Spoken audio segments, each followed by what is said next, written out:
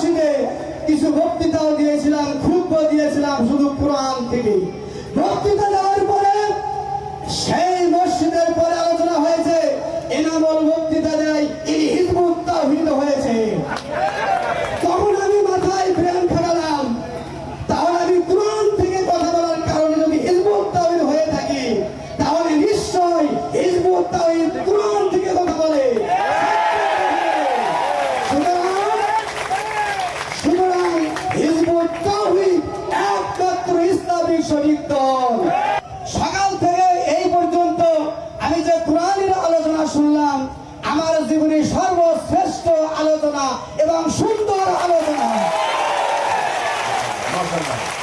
শুধু তাই নয়, আমি আলিমদের উদ্দেশ্যে বলতে চাই, প্রিয় আলিম সাহেবেরা, আপনারা হিজবুত তাওহীদকে মিথ্যাবাদী বলেন, কাফের ফতোয়া দেন, কোন সাহসে?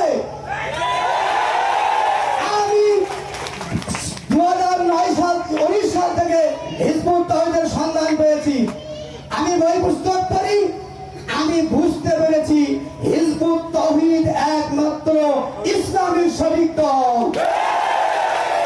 আমি বহু ইসলামী দলে গিয়েছি, এইরকম শান্তিপূর্ণ আলোচনা, এরকম সঠিক কথা, আল্লাহর দ্বীন প্রতিষ্ঠার জন্য কথা কোন জায়গায় পাই না। শুধু তাই নয়, আমি হিজবুত তাওহীদের বই পুস্তক পড়ে আমি অনুপ্রাণিত হয়ে আমি কোরআন ফলো করতে শুরু করলাম এবং আমি মসজিদে কিছু বক্তৃতাও দিয়েছিলাম, খুতবা দিয়েছিলাম শুধু কোরআন থেকে। বক্তৃতা দেওয়ার পরে সেই মসজিদের পরে আলোচনা হয়েছে এনামুল বক্তৃতা দেয় ইনি হিজবুত তাওহীদ হয়েছে। তখন আমি মাথায় ব্রেন খাটালাম, তাহলে আমি কোরআন থেকে কথা বলার কারণে যদি হিজবুত তাওহীদ হয়ে থাকি তাহলে নিশ্চয় হিজবুত তাওহীদ কোরআন থেকে কথা বলে।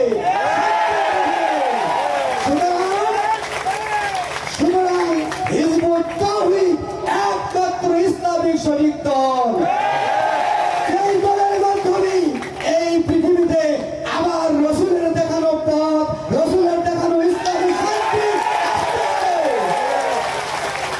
আমি আলিমদের উদ্দেশ্যে বলতে চাই, আপনারা নাকি হিজবুত তাওহীদকে উৎখাত করে দেওয়ার জন্য ষড়যন্ত্র করতেছেন।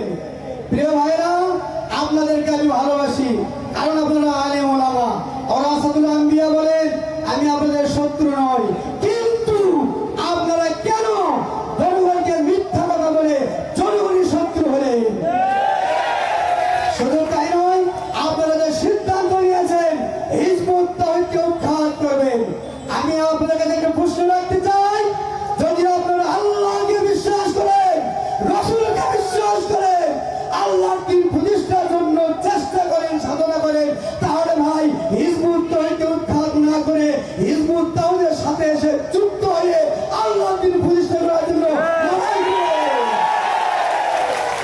আর যদি আপনারা হিজবুত তাওহীদকে উৎখাত করার জন্য চেষ্টা করেন, আল্লাহকে সাক্ষী রেখে বলছি, আপনারা কখনোই হিজবুত তাওহীদকে উৎখাত করা তো দূরের কথা, হিজবুত তাওহীদের সামনে আসার সাহস পাবেন না।